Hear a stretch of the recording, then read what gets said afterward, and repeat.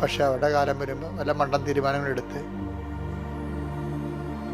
എല്ലാം നാശകൊണ്ടലാക്കി കളയും.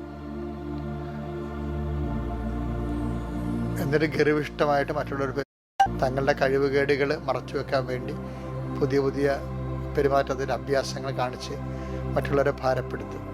അതുകൊണ്ടാണ് ഈ സഭാപ്രശ്നം പറയുന്നത് എല്ലാം മിഥ്യയാണ്, കഷ്ടപ്പെട്ടിട്ട് കാര്യമില്ലെന്നല്ല. പക്ഷെ കഷ്ടപ്പെടുന്നവരെ എങ്ങനെ കഷ്ടപ്പെടണമെന്ന് കർത്താവ് പറയുന്നുണ്ട്. കർത്താവും മാനസികമായിട്ട് ഇതിനോട് യോജിക്കുന്ന ആൾ തന്നെയാണ്.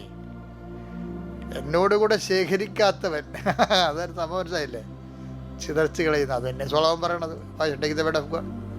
ലൂക്ക 11:23 എന്നോട് കൂടെയല്ലാത്തവൻ എനിക്കെതിരാണ്, എന്നോടുകൂടെ ശേഖരിക്കാത്തവൻ ചിതറിച്ചു കളയുന്നു. എന്നോടുകൂടെ അധ്വാനിക്കാത്തവൻ ചിതറിച്ച് കളയുന്ന ഫലം ആർക്കും ഉപയോഗിക്കാൻ പറ്റണില്ലെന്ന് എന്ന് പറഞ്ഞ പോലെ, അതായത് അധ്വാനിക്കുന്നവര് കർത്താവിൻ്റെ കൂടെ അധ്വാനിക്കണം എന്ന് വെച്ചാൽ അതിൻ്റെ അടുത്ത് അതാണ് ഞാൻ ദൈവത്തിൻ്റെ പങ്ക്.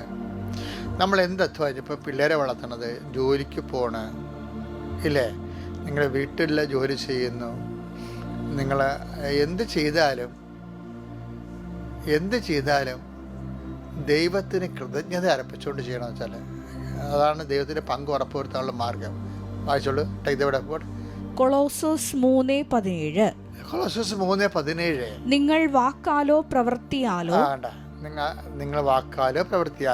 എന്ത് ചെയ്താലും അതെല്ലാം കർത്താവായ യേശു വഴി പിതാവായ ദൈവത്തിന് കൃതജ്ഞതയർപ്പിച്ചുകൊണ്ട് അവന്റെ നാമത്തിൽ ചെയ്യുക. അതാണ് സംഭവം. എന്ത് ചെയ്താലും അവന്റെ നാമം, കർത്താവിൻ്റെ പോർഷൻ ഓഫ് ജീസസ്, അത് മാറ്റി വെച്ചിട്ട് വേണം നമ്മൾ ചെയ്യാൻ. ബലിയർപ്പണം പോലെ തന്നെയാണ് ഇത്. ലേവയ ഭാഗങ്ങൾ കൃപാസനത്തിന് ഉപ്പ് കൊടുക്കത്തില്ല ആൾക്കാർക്ക്, വെഞ്ചരി. ആ ബലിയർപ്പിക്കുന്ന സംഭവം ഒരു കർത്താവിൻ്റെ അവകാശം മാറ്റിവെക്കും. അപ്പം എന്ത് ചെയ്താലും ദൈവത്തെ അനുസ്മരിക്കണം, ദൈവത്തിൻ്റെ നാമത്തിൽ ചെയ്യണം. അപ്പോൾ നമ്മുടെ നാമത്തിലാണല്ലോ എല്ലാം ചെയ്യണത്. അപ്പോൾ നമ്മുടെ നാമത്തിൽ ചെയ്യുന്ന കാര്യങ്ങൾക്ക് നമുക്ക് ഒരു അംഗീകാരം കിട്ടില്ലെങ്കിൽ നമ്മൾ ഫയറാകുമല്ലോ ഉടനെ. അപ്പോൾ അതുപോലെ അതാണ് അതിന് നേരെ ഓപ്പോസിറ്റാണ് ദൈവനാമത്തിൽ. അപ്പോൾ പിന്നെ നമ്മൾ അംഗീകരിച്ചില്ലെങ്കിൽ കുഴപ്പമില്ല, നമ്മൾ ദൈവനാമത്തിലാണല്ലോ ചെയ്തത്. അപ്പോൾ